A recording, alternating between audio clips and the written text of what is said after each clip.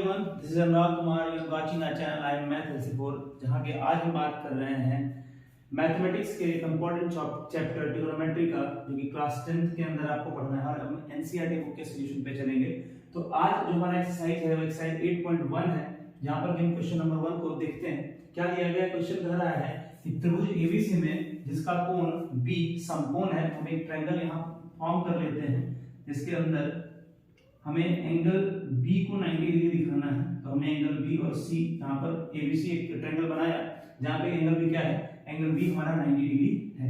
ठीक है, इसके आगे की बात चले तो कहा जा रहा है कि एबी जिसका लेंथ कितना दिया गया है 24 सेंटीमीटर दिया गया है और बीसी जिसका लेंथ 7 सेंटीमीटर है। तो आपको बताना है क्वेश्चन नंबर 1 में साइन ए और कॉस ए क्या होगा। तो सबसे पहली बात बच्चों, इस पूरे त्रिभुज के अंदर यदि हम इस वाले सेगमेंट में बात करें, जब हम एंगल ए को निकाल रहे होते हैं तो आपको पता होगा कि एंगल ए के लिए जब हम बात करेंगे तो उस समय हमारा परपेंडिकुलर और बेस चेंज होता है। ठीक है, पर हाइपोटेनस तो हमेशा क्या रहता है, इक्वल ही होता है। तो सबसे पहला काम हमारा है कि हम एसी को फाउंड करें। तो आपको पता है कि पाइथागोरस थ्योरम होता है।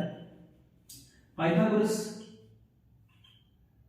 प्रमेय से आप इस बात को जानते हैं कि h का स्क्वायर जो होता है वो p के स्क्वायर प्लस b के स्क्वायर के बराबर होता है।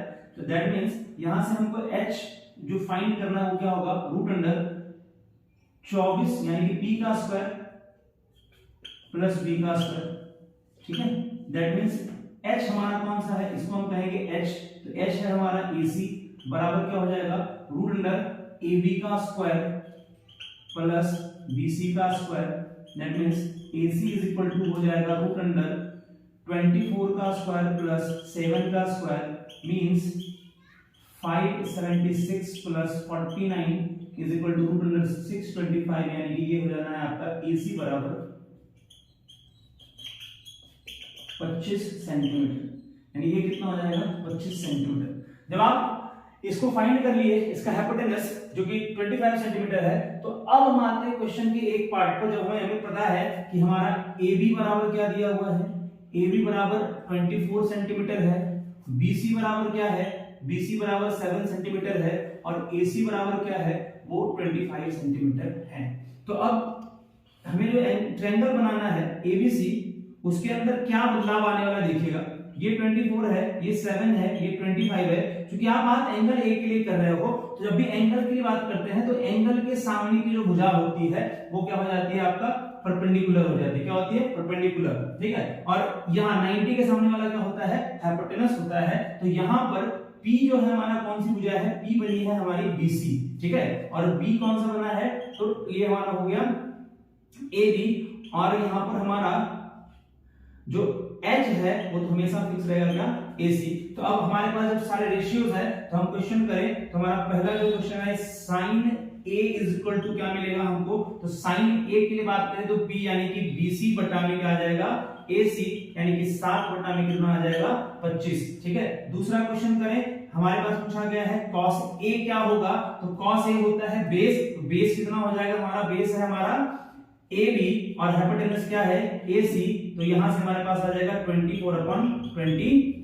ठीक है, तो ये आपका पहला पार्ट हुआ। इसी के दूसरे पार्ट में हम जो क्वेश्चन करने दिया गया है सेकंड वाले में, तो वहां पर क्या कहा गया, बस आपको थोड़ा सा स्लाइट चेंज आपको देखने को मिलेगा। इस बात को याद रखिएगा, जो यहां पर परपेंडिकुलर होगा वो इस केस में C के केस में बेस बन जाएगा और जो यहां पर बेस होगा इस केस में क्या बन जाएगा, परपेंडिकुलर बन जाएगा। तो हमें एंगल C को जब ऑब्जर्व करना है तो इसके सामने की भुजा AB ये क्या कहलाएगी, परपेंडिकुलर कहलाएगी, और इसके सामने की और ये 90 डिग्री के सामने वाले को हम h कहेंगे और इसको क्या कहेंगे, b कहेंगे। तो ये हमारे पास 24 है, ये 7 है और ये क्या है 25 है। तो चलिए यहां से आपको पता चल गया, तो यहां से हम करेंगे sin c क्या होगा, तो sin c हमारा परपेंडिकुलर अपॉन हाइपोटेनस यानी कि इस बार AB अपॉन क्या होगा, AC होगा, यानी कि 24/25 होगा और cos c हमारा क्या होगा, वो BC अपॉन AC होगा, यानी कि 7/25 होगा। जो मैंने बात कहा था कि यहाँ पर sin और cos में आपको कन्वर्जन देखने को मिलेगा, यानी वैल्यूज थोड़ी सी चेंज हो जाती है, बाकी एज इट इज क्वेश्चन ये ऐसा ही रहता है। तो चलिए यदि आपको बातें समझ में आ गई है तो चलते हैं अगले क्वेश्चन के ऊपर। तो चलिए अब बात करते हैं क्वेश्चन नंबर 2 की।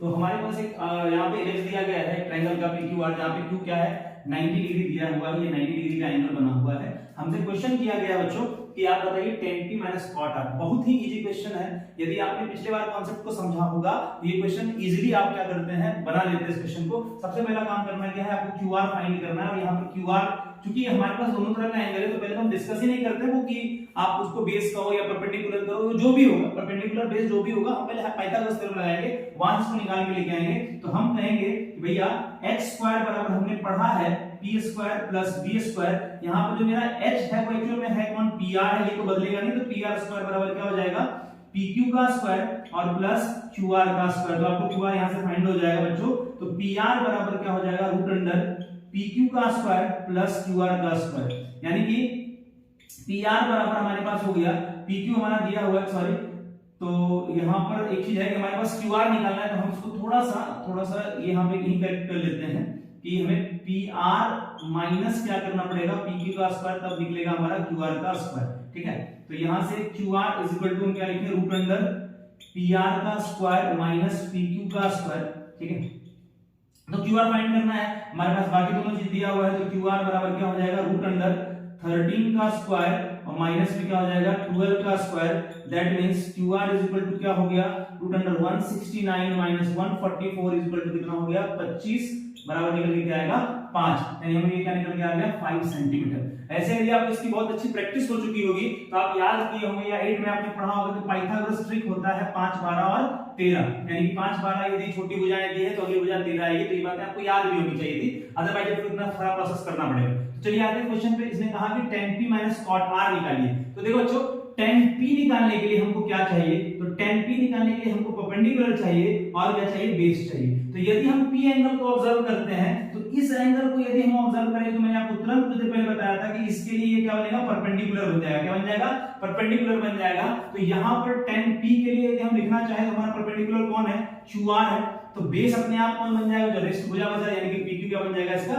ये बन जाएगा तुम्हारा बेस। तो हमारे पास क्या आ गया दोस्त, यहाँ पे आ गया 5/12 tan p का मान। यदि हम cot r के लिए बात करते हैं, तो cot r के लिए जब बात करते हैं, हम इस एंगल की बात कर रहे हैं, तो इस एंगल के केस में बच्चों इस बार बेस कौन बन जाएगा, ये वाला भुजा क्या बन जाएगा, बेस पर परपेंडिकुलर बन जाएगा, क्या बन जाएगा, परपेंडिकुलर बन जाएगा। तो इसका उल्टा हो जाएगा p/b। तो बताओ इस बार परपेंडिकुलर कौन बना है, परपेंडिकुलर बना है pq, तो हमारा pq कहां चला गया, नीचे, और बेस कौन बना है, qr, तो qr कहां चला आया, ऊपर, यानी कि दोनों में सेम चीज आ गई। ठीक है, आपने क्या किया, वैल्यू को चेंज किया, तो यहाँ पे हमारे पास क्या आ जाएगा, 5/12।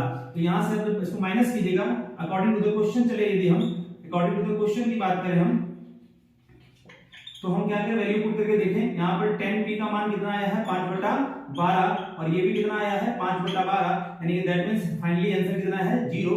ये हमारा क्या हो गया, आंसर। अब चलते हैं, तो चलिए देखते हैं अगले क्वेश्चन के अंदर क्या कहा गया कि साइन दिया हुआ, यानी आपको रेशियो एक बार गिवन है और आपको अगर दो रेशियो को क्या करना है, निकाल लेना। बच्चों बड़ा आसान सा क्वेश्चन है, आप पहले आप ये बताइए ना कि साइन थीटा यानी कि साइन a बराबर दिया है 3/4, और आपने पढ़ रखा है कि साइन a होता है क्या है, p/h होता है। तो जब p और h पता है तो आपको b निकालना है, तो b के लिए फॉर्मूला पता है कि h² माइनस p² का होल रूट बराबर क्या होता है, b होता है। तो यहां से हम लोग फटाफट पाइथागोरस थ्योरम लगाते हैं, क्या पाइथागोरस थ्योरम लिख देते हैं यहाँ पे क्वेश्चन में, ताकि नंबर हमारा नहीं कटे। तो पाइथागोरस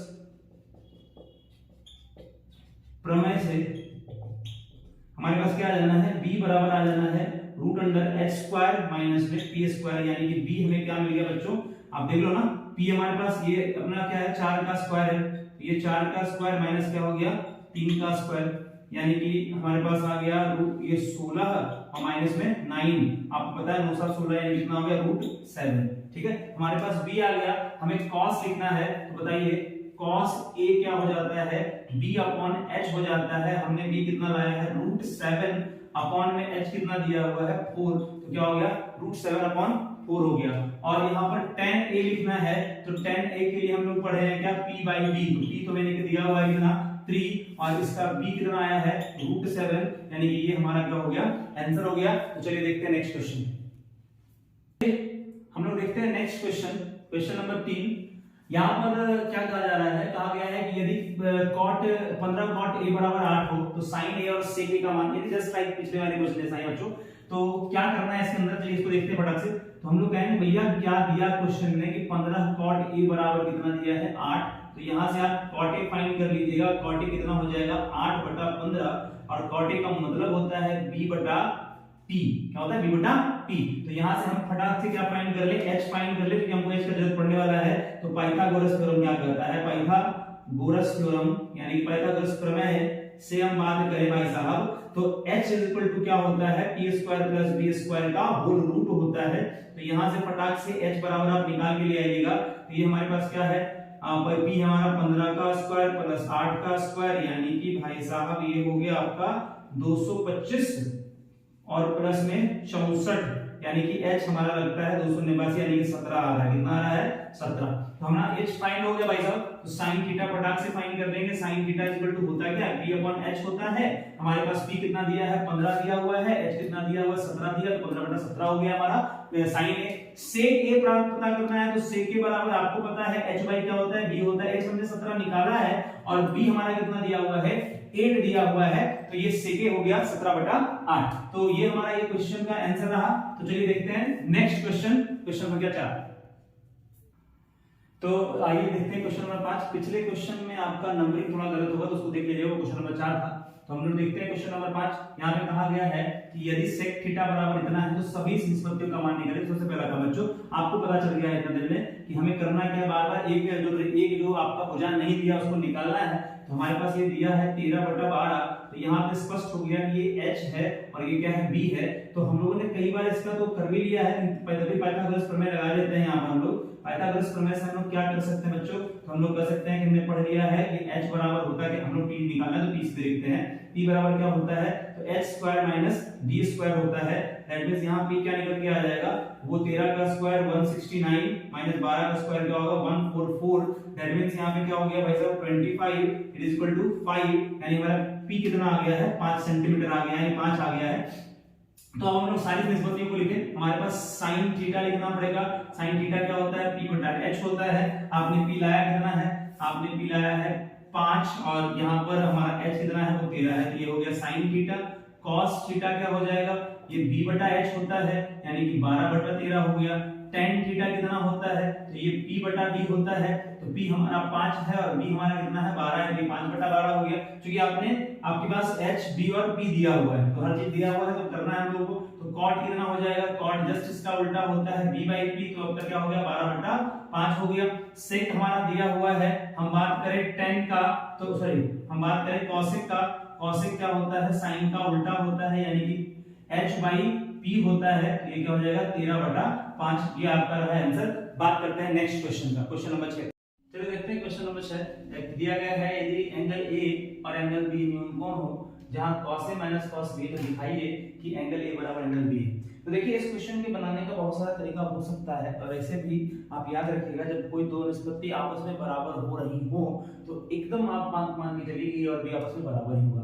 पर फिर भी हमको जब दिखाना है तो हम क्या करते हैं, इसका एक लॉन्ग प्रोसेस है जिसको इसके अकॉर्डिंग आप पढ़ना पड़ेगा इसको। तो हम करते हैं क्या, हम करते हैं A और B को दो अलग अलग ट्रायंगल्स में, दो अलग अलग राइट एंगल ट्रायंगल्स में ये इसको सपोज कर लेते हैं। हमने माना त्रिभुज ACD तथा त्रिभुज BEF समकोण त्रिभुज।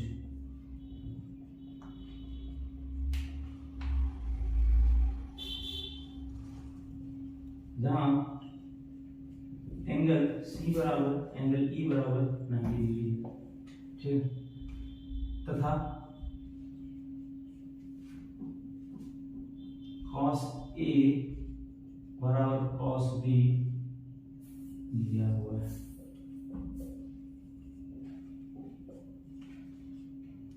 तो वो ट्रायंगल हम कुछ यहाँ पे फॉर्म कर लेते हैं इस साइड में।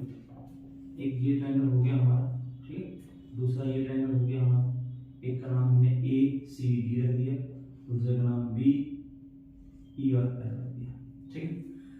अब चूंकि इसके अंदर पहले से ही दे रखा है कि cos A बराबर cos B है, तो हम आ जाते हैं।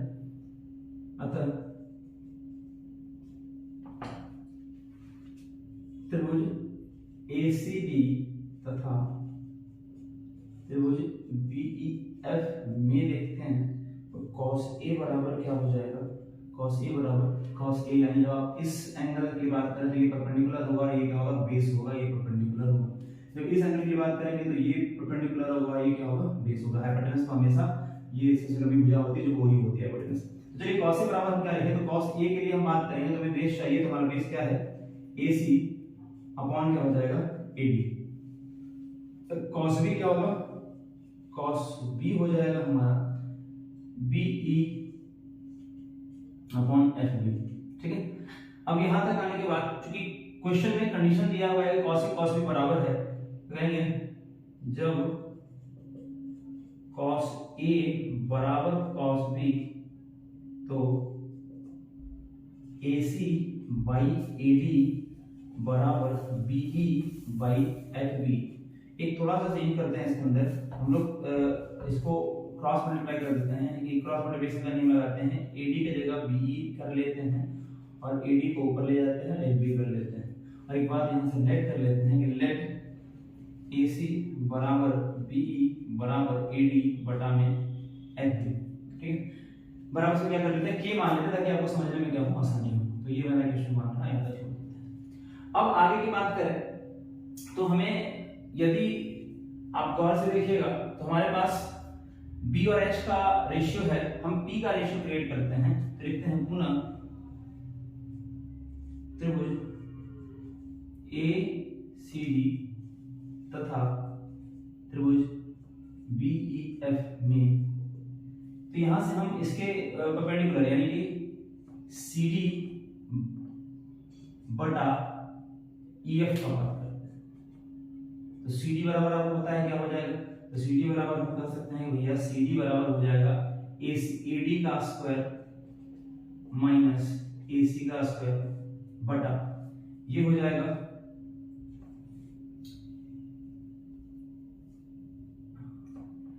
FB का स्क्वायर और माइनस हो जाएगा आपका BE का स्क्वायर। इस रिलेशन को यदि हम लोग यूज करते हैं तो हम क्या कर सकते हैं, तो आप गौर से देखिए कि हम लोग AD को K टाइम FB लिख सकते हैं। ठीक है, CD बटा EF बराबर हम इस चीज को लिख सकते हैं K टाइम FB का स्क्वायर।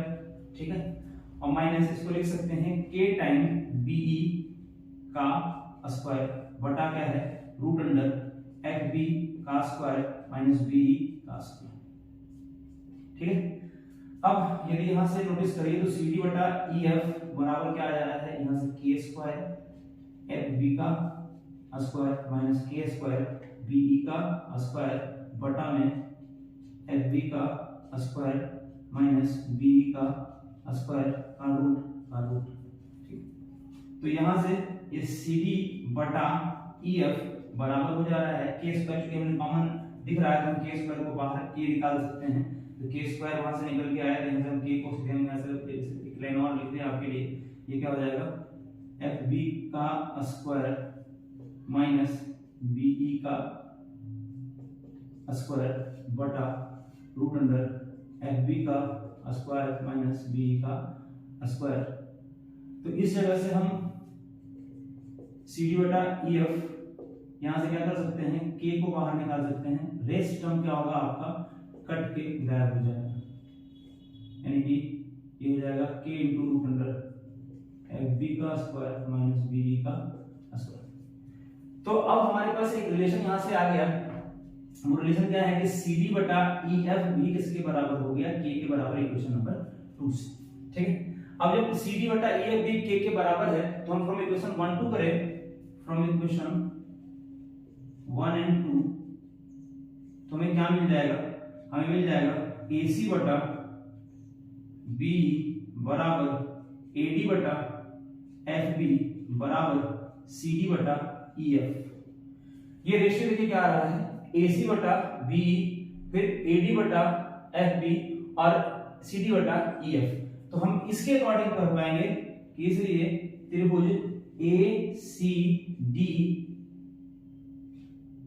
समरूप है त्रिभुज BEF के, इसलिए एंगल A बराबर है एंगल C के, और ये थ्योरम है SSS समरूपता। ठीक है, तो ये इसका थोड़ा सा लंबा प्रोसेस हो गया इस क्वेश्चन का। बट आप यदि इस क्वेश्चन को इजीली देखना चाहते हैं तो इस क्वेश्चन का एक सिंपल सा कॉन्सेप्ट है। यदि आपको ये 1 नंबर में क्वेश्चन आ रहा है तो कॉन्सेप्ट क्या करता है कि आपको जब भी cos a बराबर cos b दिया गया है, इसका मतलब है कि दोनों एंगल बराबर है, बराबर एंगल्स पे इसकी वैल्यूज को क्या कर सकते हैं, इक्वल कर सकते हैं। ठीक है, तो आपको मोस्ट प्रोबेबली यही मान के चलना है, जब खासकर जब ये बात भी लिखा हुआ हो कि वो कोण न्यून कोण है। ठीक है, चलते हैं नेक्स्ट क्वेश्चन पे। तो चलिए देखते हैं क्वेश्चन नंबर 7। क्वेश्चन नंबर 7 के अंदर आपको क्या दिया है, एक वैल्यू दिया है cos थीटा का और आपको इन दोनों वैल्यूज को निकालने के लिए कहा है। तो हम पहले फर्स्ट वैल्यू को ऑब्जर्व करते हैं, पहले नंबर वाले को। तो लिखा गया है 1 plus sin theta 1 minus sin theta बटा 1 प्लस cos थीटा इनटू में 1 माइनस cos थीटा। ठीक है, यदि हम इसको ऑब्जर्व करें तो थोड़ा सा आप यदि कैलकुलेटिवली सोचें इसको, तो ये a plus b into a minus b है, तो क्या बनेगा a स्क्वायर माइनस b का स्क्वायर बटा में ये बनेगा a स्क्वायर माइनस में b का square.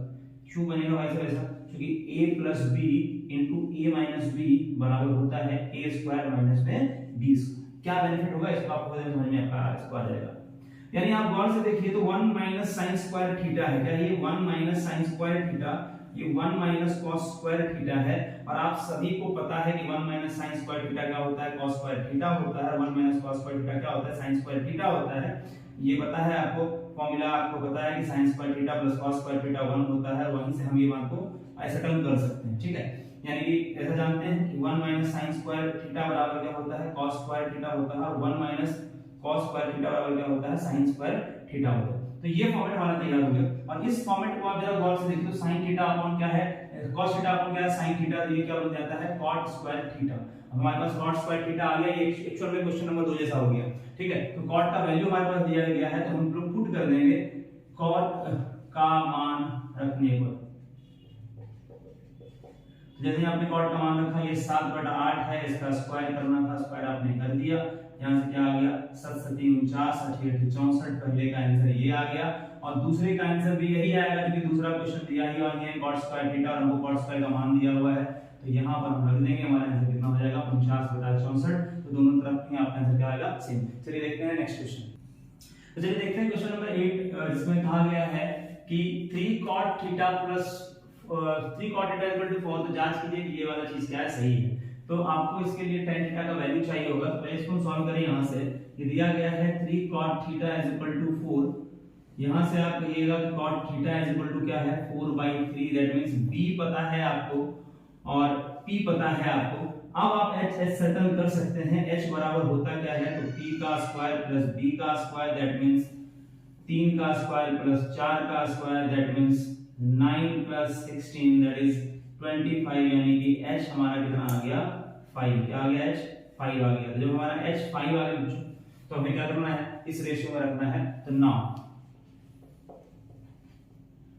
1 minus tan square a upon 1 plus tan square a बराबर दिखाना है cos square a minus sin square a। तो हम क्या करते हैं, इसको डायरेक्टली यहीं से सॉल्व करते हैं। क्या करेंगे, tan theta tan a cos a तथा sin a का मान रखने का।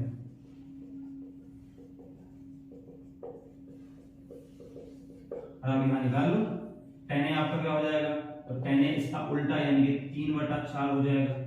cos a क्या हो जाएगा, तो हमारे पास b 4 है, हमने इसको 5 लाया है। sin a क्या हो जाएगा, हमारे पास p 3 है, ये कितना है 5। वैल्यू फटाफट लगा के कर दीजिए। यहाँ पर क्या हो जाएगा 1 माइनस tan स्क्वायर, यानी कि भाई साहब tan है 3/4, तो 3/4 का हो गया वर्ग। यहाँ हो गया 1 प्लस 3/4 का वर्ग। इधर हो गया आपका cos दिया हुआ है 4/5, ये हो गया 4/5 का स्क्वायर और माइनस ये हो गया 3/5 का स्क्वायर। ठीक है, तो यहाँ से आपका 1 माइनस 9/16 बाई हो गया 1 प्लस 9/16। यहाँ से हो गया 16/25 माइनस 9/25। ठीक है, तो यहाँ से क्या फायदा मिलेगा हमें, ऊपर देखिए यहाँ हो जाएगा 16 माइनस 9/16 और यहाँ हो गया आपका ये 16 प्लस 9/16।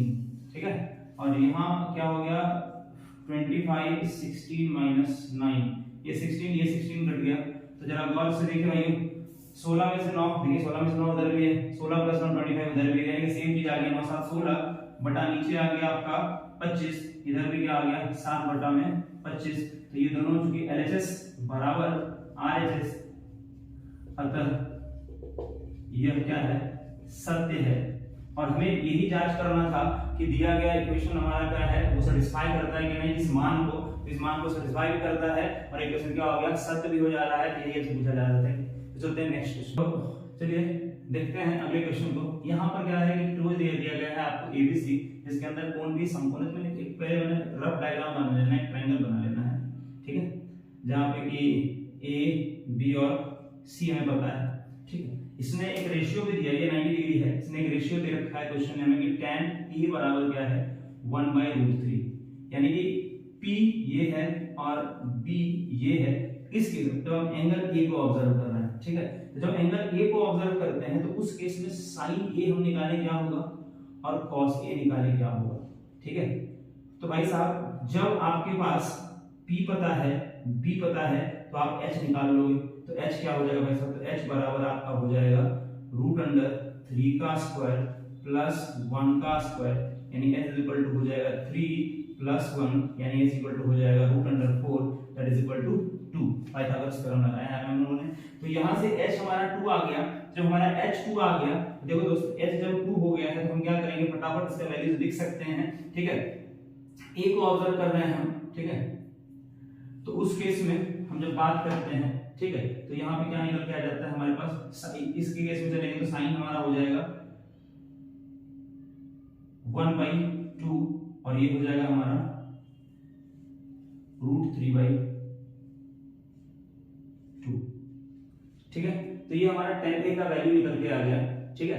तो जब tan A का वैल्यू ऑब्जर्व कर रहे हैं तो सामने वाला क्या होगा, परपेंडिकुलर का जैसा बिहेव करेगा और इधर वाला क्या करेगा, आपका बेस जैसा बिहेव करेगा। हम लोगों ने एक वैल्यू असर्टेन किया, मतलब एक चीज और देखना है कि ये tan A बराबर 1/3 लिख रहा है। इसका मतलब ये है कि ये जो परपेंडिकुलर साइड है ये हमको ना इसको यहाँ रखना पड़ेगा, ये वहां हो जाएगा और ये क्या हो जाएगा यहाँ हो जाएगा, बस थोड़ी सी चेंजिंग करनी पड़ेगी आपको, ठीक है। तो इसके लिए हो गया परपेंडिकुलर अपॉन क्या हो गया हाइपोटेनस हो गया, और इस बात के लिए क्या हो गया परपेंडिकुलर से बेस अपॉन हाइपोटेनस हो गया। अब इसके सेकंड पार्ट में जाना है, तो CV निकालना है। तो इसी ट्रायंगल का एक और ट्रायंगल यहाँ पे फॉर्म कर देते हैं, ठीक है। यहाँ पर देखिए एक और ट्रायंगल फॉर्म कर रहे हैं जहाँ पर हम इस बार बात कर रहे हैं एंगल C का।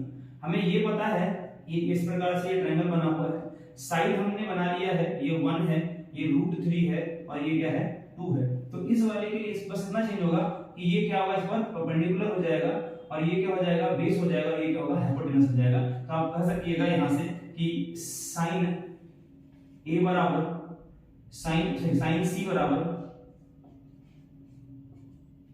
साइन C बराबर हमारा हो जाएगा, और चूंकि साइन C ले रहे हैं तो इसके सामने ये परपेंडिकुलर हो जाएगा और ये हाइपोटेनस यानी कि √3/2 हो जाएगा, और cos C बराबर हमारा क्या हो जाएगा, तो cos C हमारा क्या हो जाएगा भाई साहब बेस अपॉन हाइपोटेनस यानी कि 1/2 हो जाएगा। ये इतनी बातें जब कर लेते हैं तब आते हैं क्वेश्चन में। तो क्वेश्चन नंबर 1 कहता है क्या हमें कि आप इसका वैल्यू बता दीजिए sin A into cos C plus cos A into sin C, ठीक है। तो देखिए हम लोगों ने वैल्यू निकाल रखा है, sin A क्या हमारा 1/2 है, cos C क्या है हमारा ये भी 1/2 है, ठीक है, प्लस cos A क्या है √3/2 है और sin C क्या है √3/2 है, ठीक है।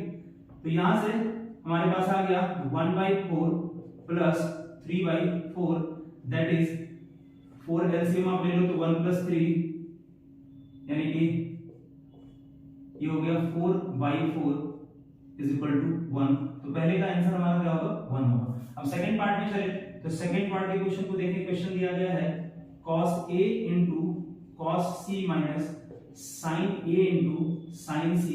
तो cos A हमारे पास है √3/2 और sin C है 1/2 माइनस sin A है 1/2 और sin C है हमारा √3/2। तो ये दोनों इक्वल दिखने में लग रहा है तो ये दोनों कट जाएगा, इसका वैल्यू क्या हो जाएगा 0 हो जाएगा।